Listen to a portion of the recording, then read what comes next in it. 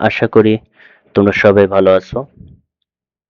আমি তুষার, তোমাদের সবাইকে আজকের জীববিজ্ঞান ক্লাসে আন্তরিক স্বাগত।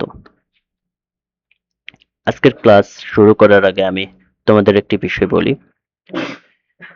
তোমাদের শরীরে এই মুহূর্তে প্রায় ৩৭ ট্রিলিয়ন কোষ কাজ করছে। আশ্চর্যের বিষয় হলো এদের কোনো ম্যানেজার নেই, কোনো শিক্ষক নেই, তবুও প্রত্যেকটি কোষ জানে তাকে কি করতে হবে। প্রশ্ন হলো, কে তাকে নির্দেশ দেয়? এই প্রশ্নটা খুব সাধারণ মনে হলেও এর উত্তর লুকিয়ে আছে মানবদেহের সবচেয়ে জটিল এবং বিস্ময়কর ব্যবস্থার মধ্যে। চিন্তা করো, একটি কোষ কিভাবে বুঝে যায় তাকে ত্বকের কোষ হতে হবে? আরেকটি কোষ কিভাবে বুঝে যায় তাকে হৃৎপিণ্ডের অংশ হতে হবে? তারা তো কোনো স্কুলে পড়ে না, কোনো নির্দেশিকা পায় না, তবুও পুরো শরীর এত নিখুঁতভাবে কাজ করছে। এই রহস্যের পেছনে কাজ করছে একটি অসাধারণ সিস্টেম: ডিএনএ, জিন এবং কোষীয় নির্দেশনা। তোমার শরীর আসলে কোনো এলোমেলো জিনিস নয়, এটা একটি অত্যন্ত সংগঠিত জীবন্ত সিস্টেম, যেখানে প্রতিটি কোষ নির্দিষ্ট নির্দেশ মেনে কাজ করে। এখন যদি আমি তোমাকে জিজ্ঞেস করি, তুমি কেন বড় হচ্ছ, তুমি কেন শ্বাস নিচ্ছ, তুমি কেন ঘুমাও, তুমি কেন অসুস্থ হও আবার সুস্থ হও, এই সব প্রশ্নের উত্তর এক জায়গায় লুকিয়ে আছে: জীববিজ্ঞান। অনেকে মনে করে জীববিজ্ঞান মানে শুধু গাছপালা, প্রাণীর নাম মুখস্থ করা, কিন্তু বাস্তবে জীববিজ্ঞান হলো তোমার নিজের শরীরের ভেতরের প্রতিটি রহস্য বোঝার বিজ্ঞান। একটি বাস্তব চিন্তা, ধরো একটি মোবাইল ফোন কি নিজে নিজে বড় হয়? একটি গাড়ি কি নিজে নিজে আরেকটি গাড়ি তৈরি করতে পারে? উত্তর হলো না। কিন্তু তুমি পারো। তুমি বড় হও, তুমি শেখো, তুমি পরিবর্তন হও। এটাই জীব এবং জড়ের সবচেয়ে বড় পার্থক্য। জীব তাহলে কি? যে সত্তা খাদ্য গ্রহণ করে, শ্বাস নেয়, বৃদ্ধি পায়, বংশ বিস্তার করে, উদ্দীপনায় সাড়া দেয় এবং একদিন মৃত্যুবরণ করে, সেটাই জীব। আহ, আর এই জীবদের নিয়ে যে বিজ্ঞান আলোচনা করে সেটাই হলো জীববিজ্ঞান। তাই বলা যায় জীববিজ্ঞান শুধু একটি বিষয় নয়, এটা তোমার নিজের জীবনের গল্প। তুমি কিভাবে তৈরি হলে, কিভাবে কাজ করো, কেন পরিবর্তন হও, সবকিছুর উত্তর এই এক বিষয়ে আছে। তাহলে আর দেরি না করে চলো শুরু করি আমাদের আজকের অধ্যায়, জীবন পাঠ।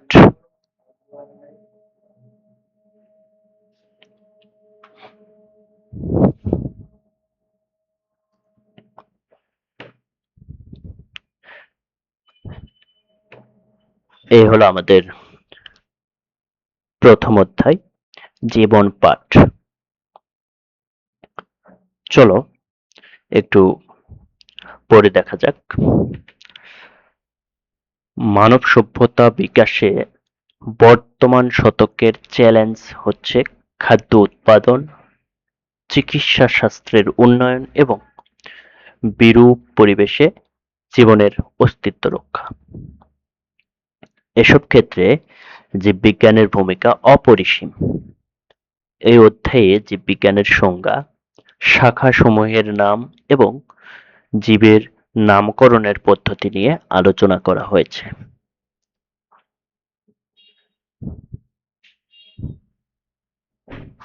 এখানে দেখো দেওয়া আছে, আমরা এই অধ্যায়টি পড়ে কি কি শিখতে পারবো। এই অধ্যায় শেষে আমরা কি কি জানবো।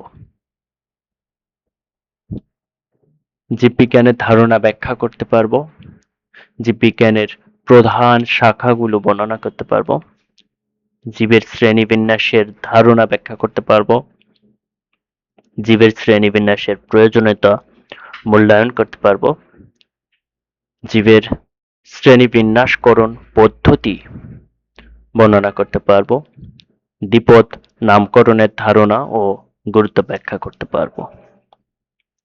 বাস্তব জীবনে জীবের শ্রেণীবিন্যাসের প্রয়োজনীয়তা সম্পর্কে সচেতন হব। জীববিজ্ঞানের ধারণা, আমরা ছোটবেলা থেকে শুনে এসেছি যে যাদের জীবন আছে তারা জীব, আর যেসব জিনিসের জীবন নেই সেগুলো জড়। মোটা দাগে বোঝার জন্য বিশ্বের সব পদার্থকে এরকম দুইটি ভাগে ভাগ করা যেতে পারে, কিন্তু বিজ্ঞানের সূক্ষ্ম বিচারে কোথায় জড় অচেতনের শেষ আর কোথায় জীবনের শুরু তা অনেক সময় বলা মুশকিল। আসলে জীবনের ভিত্তিমূলে কাজ করে পদার্থবিজ্ঞান এবং রসায়নের সেই একই নিয়ম, যা কিনা জড় জগৎকেও নিয়ন্ত্রণ করে। তাই জীবজগৎকে বুঝতে হলে ভৌত বিজ্ঞান তথা পদার্থবিজ্ঞান ও রসায়নের জ্ঞান জরুরি। কিন্তু এটা ভাবলে ভুল হবে যে ভৌত বিজ্ঞান জানলে আলাদা করে জীববিজ্ঞান পাঠ নিষ্প্রয়োজন।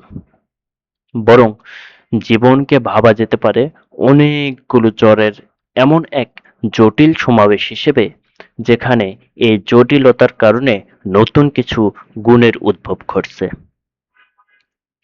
ঠিক যেমন হাইড্রোজেন আর অক্সিজেনের নির্দিষ্ট আনুপাতিক সংযোগে পানি তৈরি হয়, যার বৈশিষ্ট্য হাইড্রোজেন বা অক্সিজেন কোনোটার মতোই হয় না।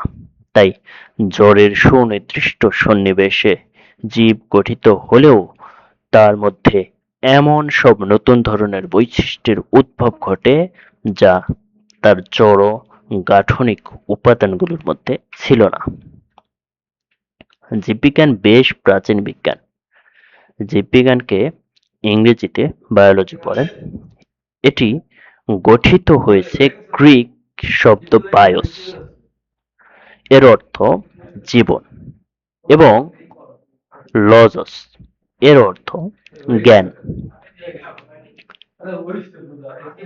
এই শব্দ দুটির সংযোগের মাধ্যমে যেহেতু চিকিৎসা ও কৃষি সংক্রান্ত ব্যাপারে জীববিজ্ঞানের একটি গুরুত্বপূর্ণ ভূমিকা রয়েছে, সেহেতু সভ্যতার একেবারে আদিকাল থেকে গ্রিস, মিশর, মধ্যপ্রাচ্য, ভারতবর্ষ ও চীন সহ বিভিন্ন অঞ্চলের সভ্যতায় জীববিজ্ঞানের কিছু না কিছু চর্চা হয়েছে, যদিও যেসব চর্চাকে আধুনিক বৈজ্ঞানিক পদ্ধতির বিচারে ঠিক বিজ্ঞান বলা যায় না, তবু জ্ঞানের এই শাখার বিকাশের জন্য তা অপরিহার্য ছিল।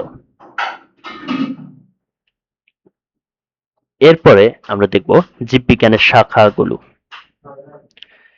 জীবের যে দুটি ধরন আমরা চারপাশে তাকালেই দেখতে পাই, সেগুলো হলো উদ্ভিদ এবং প্রাণী।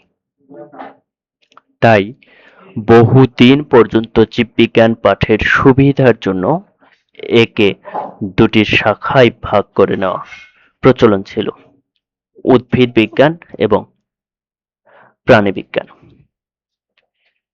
এ রীতি এখনো কিছুটা চালু আছে, যদিও জীববিজ্ঞান আজ এতটাই বিস্তৃত লাভ করেছে যে শুধু দুটি শাখায় ভাগ করে এখন এর পাঠ আর চলবে না। এমন অনেক জীব আছে যা উদ্ভিদ বা প্রাণী কোনোটাই নয়। যেমন ব্যাকটেরিয়া, ছত্রাক ইত্যাদি। আবার যখন প্রাণী, উদ্ভিদ, ব্যাকটেরিয়া, ছত্রাক, ভাইরাস প্রভৃতির কোনো সাধারণ বৈশিষ্ট্যকে একসাথে বিশ্লেষণ করার দরকার হয়, তখন আর জীবের ধারা ধরন ভিত্তিক শাখা লাকসই হয় না। তাই প্রয়োজনের তাগিদে জীববিজ্ঞান এখন বহু সংখ্যক শাখায় বিভক্ত হয়েছে। জ্ঞানের প্রায় প্রতিটি বিষয়ে অন্তর্ভুক্ত শাখাগুলোকে ভৌত বা মৌলিক এবং ফলিত এই দুই ভাগে ভাগ করা হয়ে থাকে। জীববিজ্ঞানও তার ব্যতিক্রম নয়।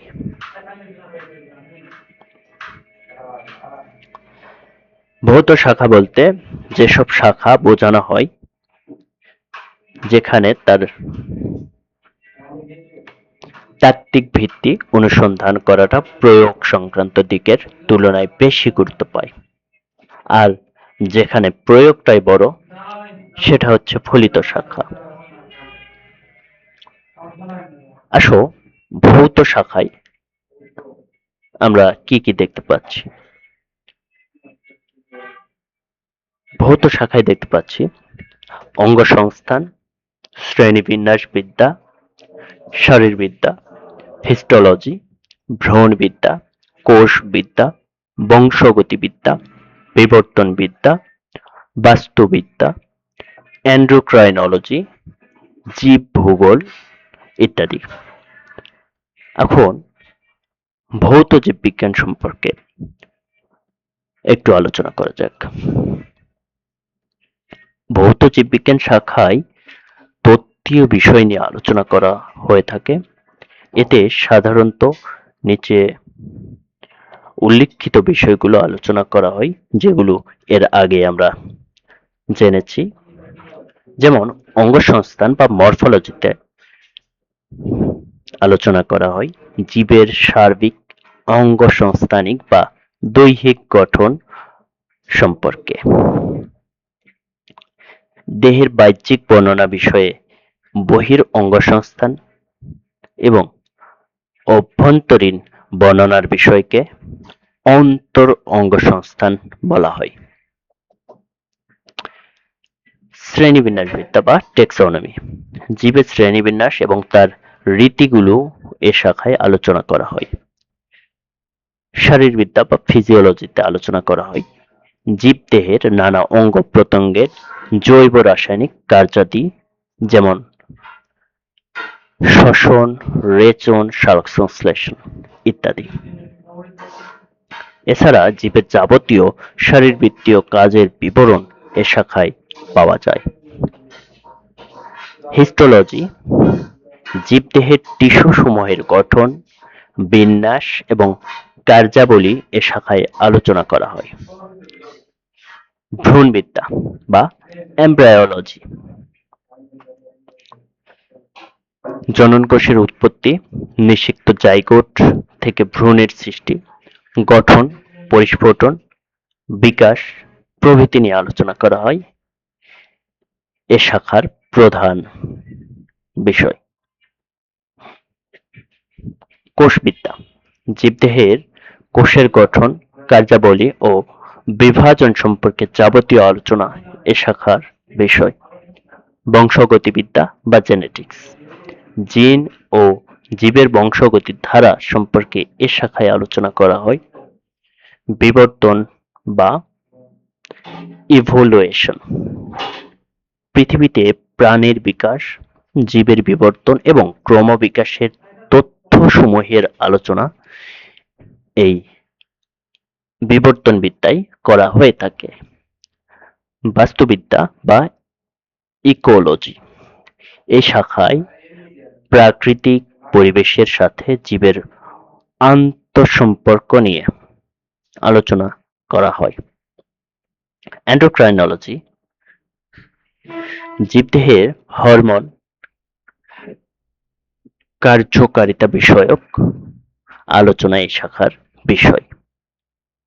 জীবভূগোল, এই শাখায় পৃথিবীর বিভিন্ন ভৌগোলিক সীমারেখায় জীবের বিস্তৃতি এবং অভিযোজন সম্পর্কে আলোচনা করা হয়।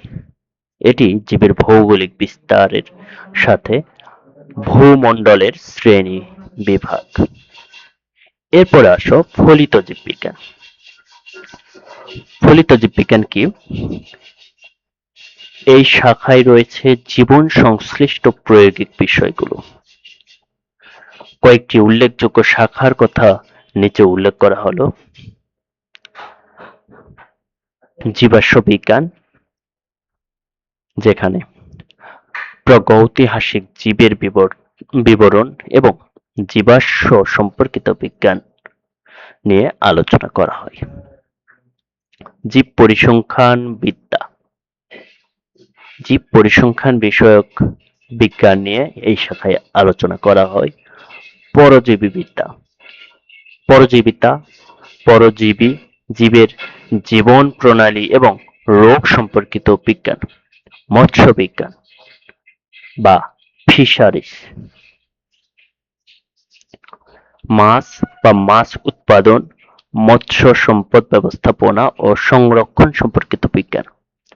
কীটতত্ত্ব, এখানে আলোচনা করা হয়ে থাকে কীটপতঙ্গের জীবন, উপকারিতা, অপকারিতা, ক্ষয়ক্ষতি, দমন ইত্যাদি।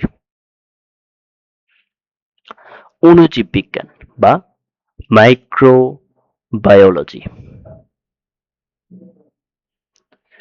ভাইরাস, ব্যাকটেরিয়া, আণুবীক্ষণিক ছত্রাক এবং অন্যান্য অণুজীব সম্পর্কিত বিজ্ঞান। কৃষি বিজ্ঞান, কৃষি বিষয়ক বিজ্ঞান নিয়ে এই শাখায় আলোচনা করা হয়ে থাকে। চিকিৎসা বিজ্ঞান, মেডিকেল সায়েন্স, মানবদেহে রোগ চিকিৎসা ইত্যাদি সম্পর্কিত বিজ্ঞান। জিন প্রযুক্তি বা জেনেটিক ইঞ্জিনিয়ারিং, এখানে আলোচনা করা হয় জিন প্রযুক্তি ও এর ব্যবহার সম্পর্কিত বিজ্ঞান নিয়ে। প্রাণ রসায়ন বা বায়োকেমিস্ট্রি, জীবের প্রাণ রাসায়নিক কার্যাবলী, রোগ ইত্যাদি সম্পর্কিত বিজ্ঞান। পরিবেশ বিজ্ঞান বা এনভায়রনমেন্টাল সায়েন্স, পরিবেশ সম্পর্কিত বিজ্ঞান। সামুদ্রিক জীববিজ্ঞান, মেরিন বায়োলজি, সামুদ্রিক জীব সম্পর্কিত বিজ্ঞান। বন বিজ্ঞান, বন সম্পদ ব্যবস্থাপনা এবং সংরক্ষণ সম্পর্কিত বিজ্ঞান। জীব প্রযুক্তি বা বায়োটেকনোলজি, মানব এবং পরিবেশের কল্যাণে জীব ব্যবহারের প্রযুক্তি সম্পর্কিত বিজ্ঞান। ফার্মেসি বা ঔষধ শিল্প ও প্রযুক্তি বিষয়ক বিজ্ঞান নিয়ে যে শাখায় আলোচনা করা হয়ে থাকে। বন্য প্রাণীবিদ্যা বা ওয়াইল্ড লাইফ, বন্যপ্রাণী বিষয়ক বিজ্ঞান নিয়ে আলোচনা করা হয়ে থাকে এই শাখায়। বায়োইনফরমেটিক্স, কম্পিউটার প্রযুক্তি নির্ভর জীববিজ্ঞান ভিত্তিক তথ্য, যেমন ক্যান্সার বিশ্লেষণ বিষয়ক বিজ্ঞান।